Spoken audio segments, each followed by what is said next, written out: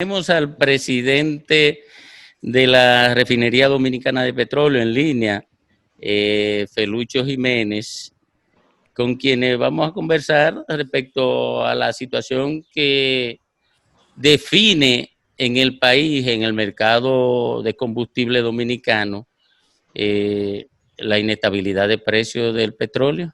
Buenas tardes, Felucho. Buenas tardes, Domingo, y a todos. Felucho, nosotros tenemos una carga fiscal muy alta como consecuencia de nuestra dependencia del petróleo en términos del consumo energético, sobre todo la que se define en los déficits en el sector eléctrico, en fin. Esta situación creada, ¿cómo podría beneficiarnos a nosotros si es que nos beneficia? Bueno, lo primero que tengo que decirles es reiterar algo que ya he dicho antes.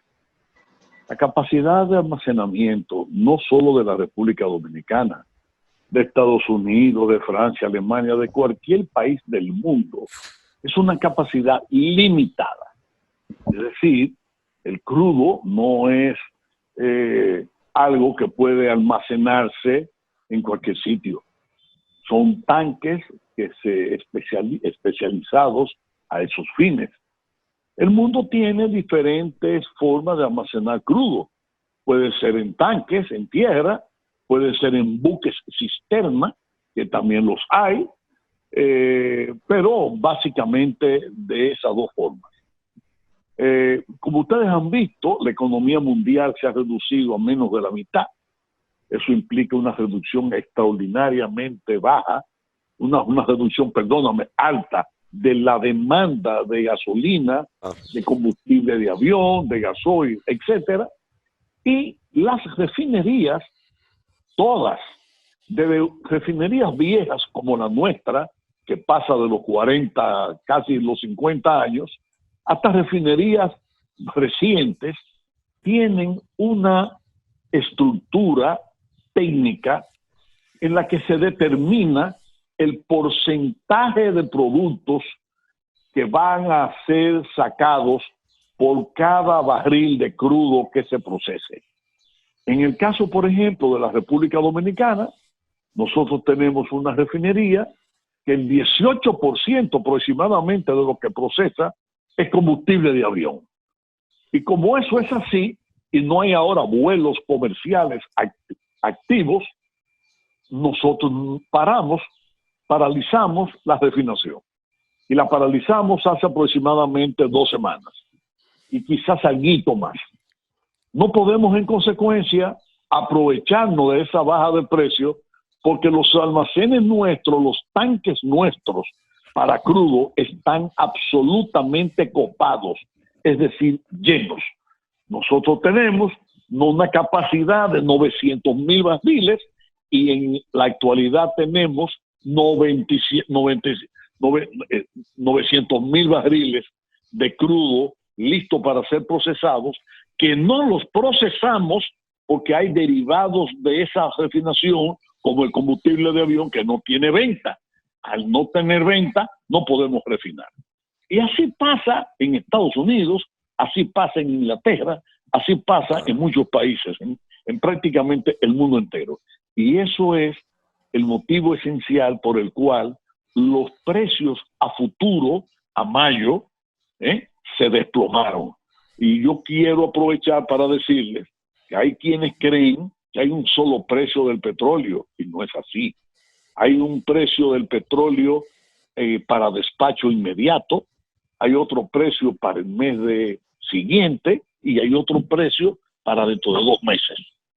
Y dicho eso, quiero decirles que cuando hace 2 días se desplomó el precio del futuro del West Texas a entrega en mayo, la gente pensó que era que todos los barriles de petróleo de Estados Unidos costaban menos 38 o casi menos $40 el barril.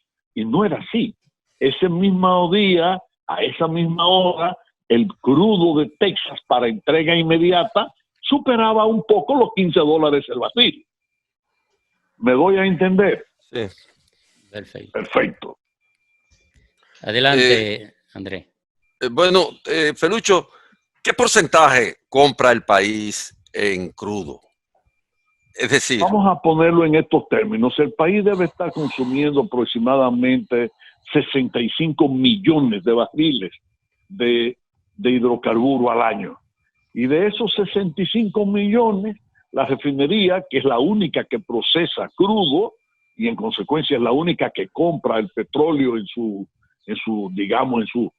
elemento natural, es aproximadamente 11 millones de barriles al año. Eso significa que estamos hablando de prácticamente de que de cada 6 barriles, un barril es crudo y los otros 5 barriles se compran ya como producto. Como producto terminado. Ok. Entonces, ¿qué beneficiaría la coyuntura a la República Dominicana? En nada, porque si no podemos comprar el crudo, no nos beneficiamos en nada. Y no podemos, repito, comprar el crudo porque ¿a dónde lo metemos? En lo que respecta a los precios locales. Bueno, el problema es otro, y es buena la pregunta, y es muy oportuna, porque la gente cree que hay una correlación directa entre el precio del crudo y el precio de sus derivados, y están equivocados.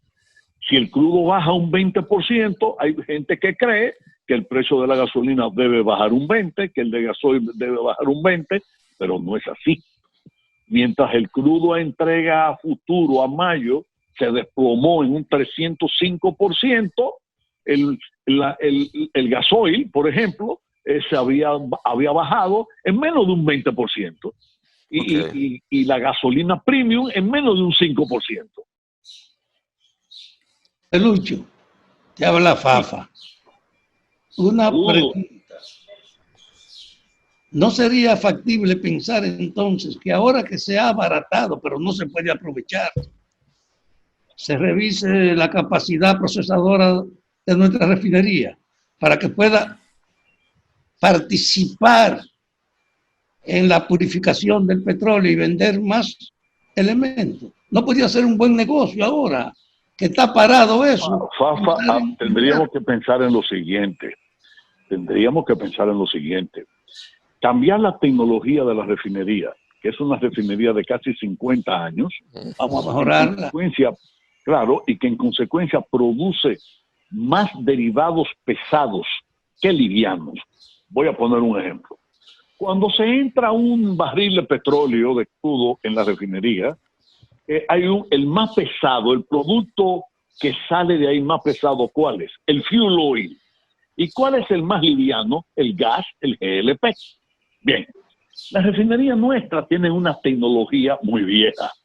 Esa refinería comenzó a trabajar a principios de los años 70 del siglo pasado, hace casi 50 años. Cambiar nosotros esa tecnología le costaría a la empresa más de, probablemente en el mejor de los casos, 800 o 900 millones de dólares, que naturalmente no lo tiene ni la refinería ni lo puede disponer el país. Hubo un negocio que se hizo en el gobierno de Leonel Fernández, que fue un negocio pésimo, malo. Le dimos a Venezuela el 49% de las acciones a cambio de cerca de 137 millones de dólares que la refinería y que el país, no la refinería, que no le debía un dólar, sino que el país le debía a Venezuela por el acuerdo de Petrocaribe. Y desde ese punto de vista, esos 137 millones de dólares ya se lo hemos pagado, se lo hemos sobrepagado, porque los beneficios que le hemos dado superan eso y todavía siguen siendo ellos el dueño del 49%. Aquí se pensó, y el ministro de Hacienda de ese momento, el señor Bengoa, se llenó la boca diciendo que eso iba a ser un gran negocio para el país, porque al asociarse a PDVSA de Venezuela, iban a llover los millones de dólares y en consecuencia la refinería iba a tener un capital para poder transformarse. Eso fue una ilusión falsa, una ilusión vana. Venezuela tenía mucho menos capacidad, siendo desgraciadamente el país rico que es en hidrocarburos, que la República Dominicana para invertir en transformar la actual refinería dominicana de petróleo. Yo quiero que quede claro eso, ¿eh? Cambiar la tecnología de lo que tenemos costaría cerca de $1.000 millones sin implicar eso un aumento de la capacidad refinadora. ¿Quedó clara la idea? Sí, sí, clara. No es entendible esa idea, ¿viste? Perfecto. Gracias, Felucho. Muchísimas gracias por respondernos. A las órdenes. Gracias. Siempre de ustedes. Muchas gracias a ustedes. Vámonos, Argenis. Donde surge la noticia, donde hay más variedad, la propuesta de las tardes que a ti te formará.